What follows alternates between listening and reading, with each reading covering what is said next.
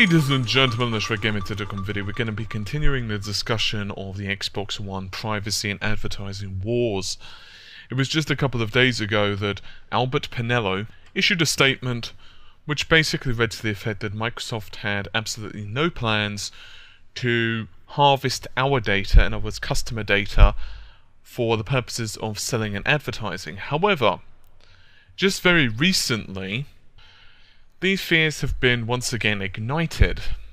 There's a trade publication known as Advertising Age. Unsurprisingly, it's focused on, well, companies and advertising agencies and so on. And it had a report based upon a speech from Yusuf Medhi. Now, Yusuf is the Corporate Vice President of Marketing and Strategy for Microsoft. And he delivered this speech in Phoenix, Arizona at the Association of National Advertisers Masters of Marketing Conference. Yes, that is quite a mouthful to say. Anyway, Advertising Age, also known as Ad Age, put out a report which was titled, and I quote, "Xbox One's data treasure trove, could reshape marketing."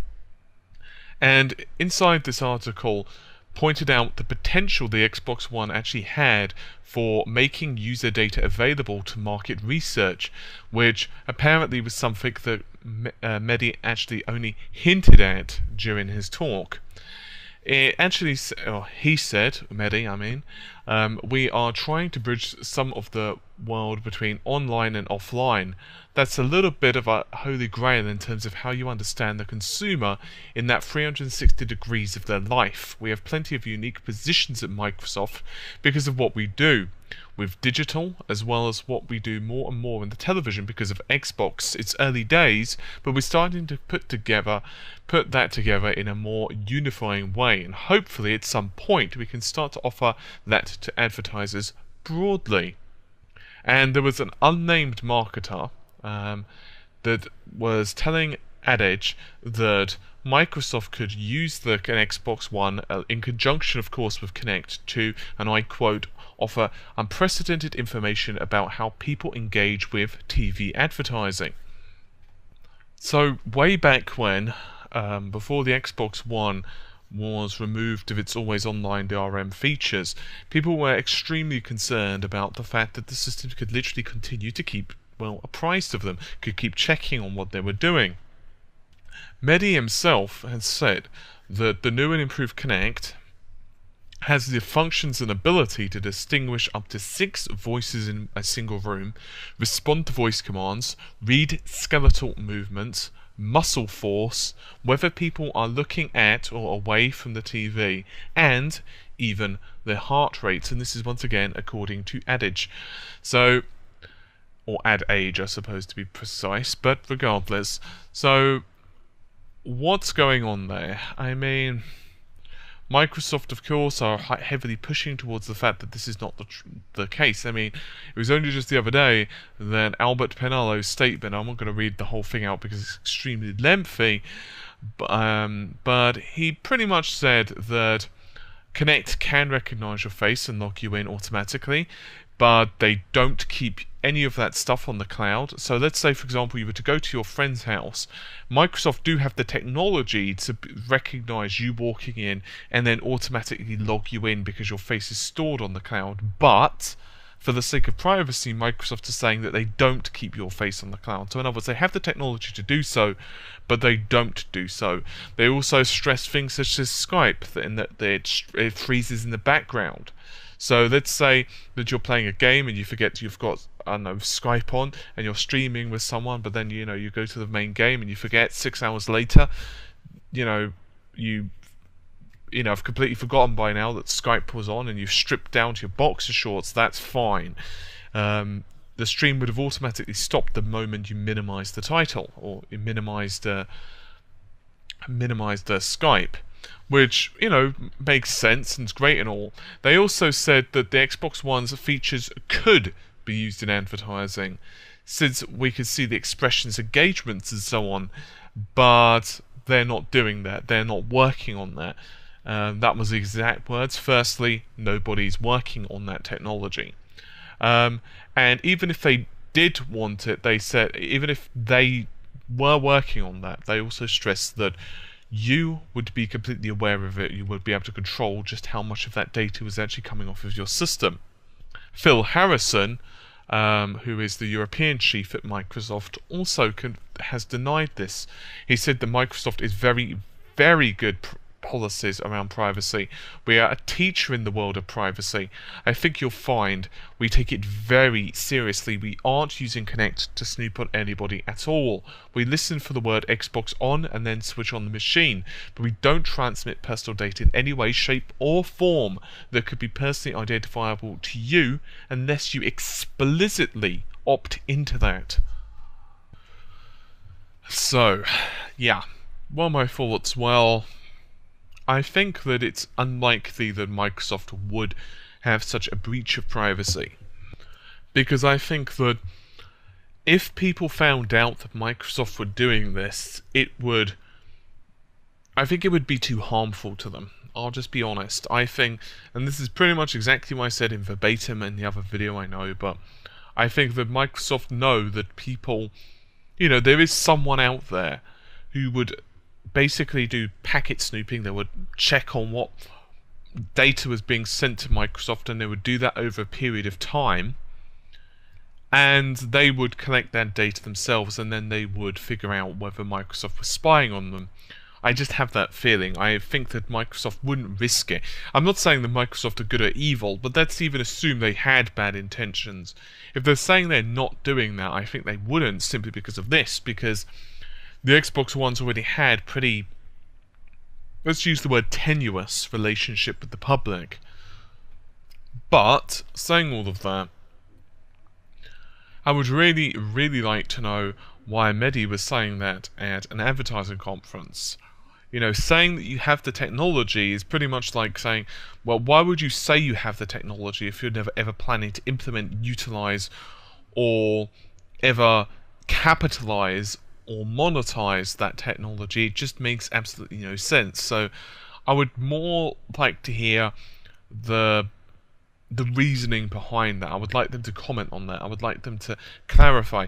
And this has been a problem, I think, that Microsoft have been facing for a while, especially back in the Don Matrick era. The DM era, also known, of course, as a very dark time for Microsoft. Did you get it? Dark time for Microsoft? Ha ha ha. Anyway, one of the big problems they had was, of course, his messages. I'm pretty sure at that point they could have had, the developers pointing that the machine could create gold bullion out of used tea bags, and somehow Don Matrick would have upset someone. They would have been like, well, it can only be a certain amount of tea, and it also has to be done at the particular angle of the moon. I'm pretty sure he would upset someone, because it's just, he just had that effect. He really upset people. He pissed people off with his messages. Not that I blame people. I mean, some of the stuff he was saying, I just was like, really? Are you on Microsoft's side, or are you actually trying to be, helping the competition here? But this has been something that Microsoft have been suffering with, because consistently they are dealing with mixed messages, and they've got to understand that this is not, I think all corporations need to understand that, look, you might think that you're addressing a room of developers, or a room of advertising professionals, or a room of, whatever. But the problem is, if you're dealing with a certain amount of people, especially if it's like a speech in front of like 50, 60, 200 people, 300 people, something like that, one of them is going to either publish a paper, they're going to talk to their buddy, or something else, and that is somehow going to come across, especially if NDAs are not super enforced. And I mean, we actually got wind of some of the specifications of the systems, and obviously, to a degree, some of it was off. But even so, we had an idea of the specs, and this has been, people now, we're getting people who scour, I mean, I do mean that word, scour, things such as patent filings, and they'll look to see what patents, for example, Blizzard are filing, and they'll be like, oh, okay, I see. Blizzard are filing X, and then they know roughly what, to look for the next World of Warcraft, the next StarCraft or whatever. And companies now are starting to get wind of this, and they're starting to file things in, other companies where it's a lot other countries, where it's a lot harder to find this painted information. And that's the problem. People now are becoming a lot more apprised. So when someone says, well, okay, they're saying this, but on the other hand, they're holding a conference which says that, what's going on? And I think that's where a lot of the mixed messages are. So I'm really curious exactly what they say about Medhi, why he was giving that talk, because at the moment we're lacking the context, and without context it's really hard to make any educated opinions. But I still don't think this means that much, because I just think it would be too harmful for Microsoft, because I don't even think you have to be particularly against the idea of someone watching you or spying on you. I just don't think that people would have that kind of comfort level to be able to deal with that. I mean, sure, people are used to, having an advert or something on TV, and, they're used to seeing like a banner ad, or they're used to driving down the road and seeing like, a billboard. Fine, all of that's cool, but to actually start recognizing your face, or to start saying, oh, that's Bob, and we notice that Bob really likes this brand of food and this brand of drink, and we know that Bob likes these type of movies, so we can start to advertise specifically to Bob. And oh, look, Bob's now gone round John's house. Oh, I see. So Bob and John are friends, so we can guess now that he has some interests, so let's start, advertising them special movie deals and stuff like that. I think that's where people start to really be like, no, this, I'm not going to deal with that type of stuff. Or imagine, it starts to, this is ultimately what people are worried about. They're worried that, okay, you're watching a TV show. Let's just say you're watching, I can't think of an example. Something like Game of Thrones, the new Game of Thrones season. It's like, oh, okay, I noticed their heart rate is raising here, so they're getting excited. Or I noticed that, okay, this scene's not really grabbing their attention. Or imagine if it's like an advertising, an advert, and they're like, oh, okay, everyone leaves the room, or they're muting the sound on this particular advert because it must really annoy them.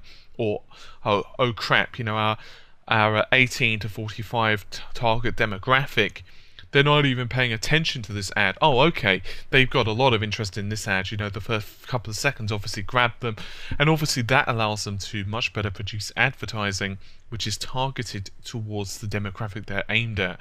And I think that's where people are getting kind of upset. But anyway, I think that's just about it for this particular video. I'll see you soon. Take care. Bye for now.